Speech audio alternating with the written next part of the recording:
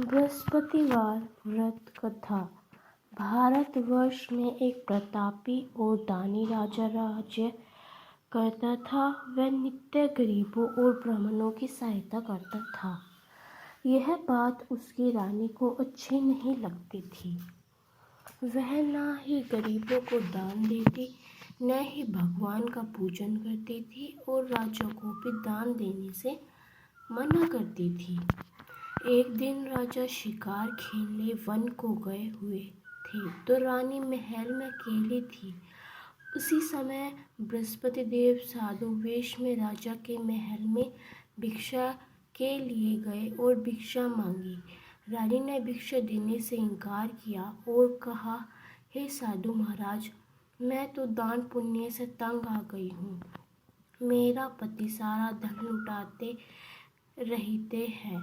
मेरी इच्छा है कि हमारा धन नष्ट हो जाए, फिर न रहेगा बांस न बजेगी बांसुरी। साधु ने कहा, देवी तुम तो बड़ी विचित्र हो। धन संतान तो सभी चाहते हैं, पुत्र और लक्ष्मी तो पापी के घर भी होने चाहिए। यदि तुम्हारे पास अधिक धन है तो भूखों का भोजन दो, प्यासों के लिए प्याऊ बनवाओ, मुसाफिरों के लिए धर्मशालाएं खुलवाओ। जो निर्धन अपनी कुंवारी कन्याओं का विवाह नहीं कर सकते, उनका विवाह कर दो। ऐसे और कई काम करो जिनके करने से तुम्हारा यश लोक परलोक में फैलेगा। परंतु रानी का उपदेश का कोई प्रभाव न पड़ा। वह बोली, महाराज आप मुझे कुछ न समझाइए। मैं ऐसा धन नहीं चाहती जो हर जगह बांटते फिरूं। साधु ने उत्तर दिया, यदि तुम्हारी ऐसी इच्छा है तो तथास्तु, तुम ऐसा करना कि बृहस्पतिवार को घर लीपकर पीली मिट्टी से अपना सिर धोकर स्नान करना, भट्टी चढ़ाकर कपड़े धोना। ऐसे करने से आपका सारा धन नष्ट हो जाएगा। इतना कहकर वह साधु महाराज वहां से अलोप हो गए। साधु के अनुसार कई बातों को पूरा करते हुए रानी को केवल 3 बृहस्पतिवार ही बीते थे कि उसकी समस्त धन संपत्ति नष्ट हो गई। भोजन के लिए राजा का परिवार तरसने लगा। तब एक दिन राजा ने रानी से बोला कि हे रानी, तुम यहीं रहो, मैं दूसरे देश को जाता हूँ, क्योंकि यहाँ पर सभी लोग मुझे जानते हैं, इसलिए मैं कोई छोटा कार्य नहीं कर सकता। ऐसा कहकर राजा परदेश चला गया। वह जंगल में लकड़ी काट कर लाता और शहर में बेचता।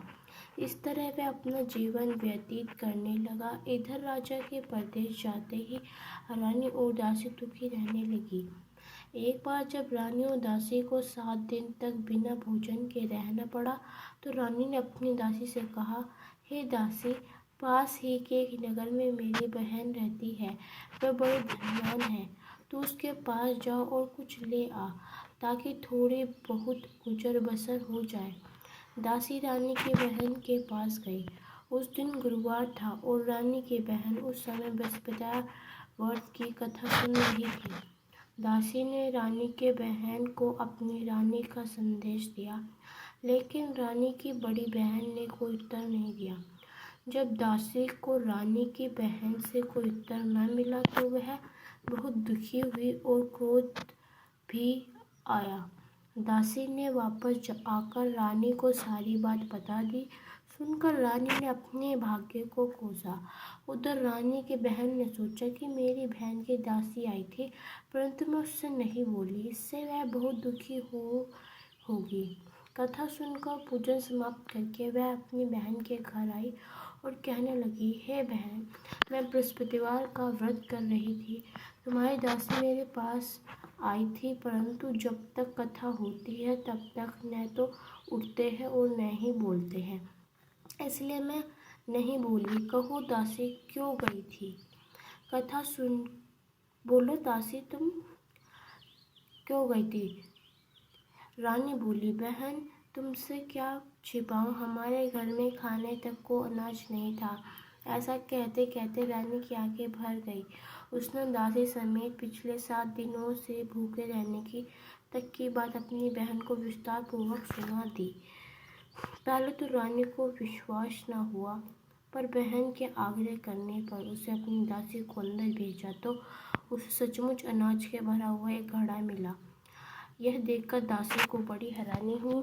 दासी से कहने लगी, हे रानी, जब हमको भोजन नहीं मिलता तो हम व्रत ही करते हैं, इसलिए क्यों ना इनसे व्रत और कथा की विधि पूछ ली जाए ताकि हम भी व्रत कर सके। तब रानी ने अपनी बहन से बृहस्पतिवार व्रत के में चने की दाल मुनका से विष्णु भगवान का केले की जड़ में पूजन करे तथा दीपक जलाए, व्रत कथा सुने और पीला भोजन ही करे। इसे बृहस्पतिवार देव प्रसन्न होते हैं।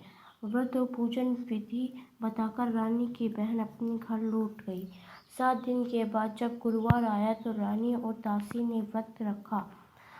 गुड़शाला में जाकर चना और गुड़ लेकर आई, फिर उसे केले की जड़ तथा विष्णु भगवान का पूजन किया।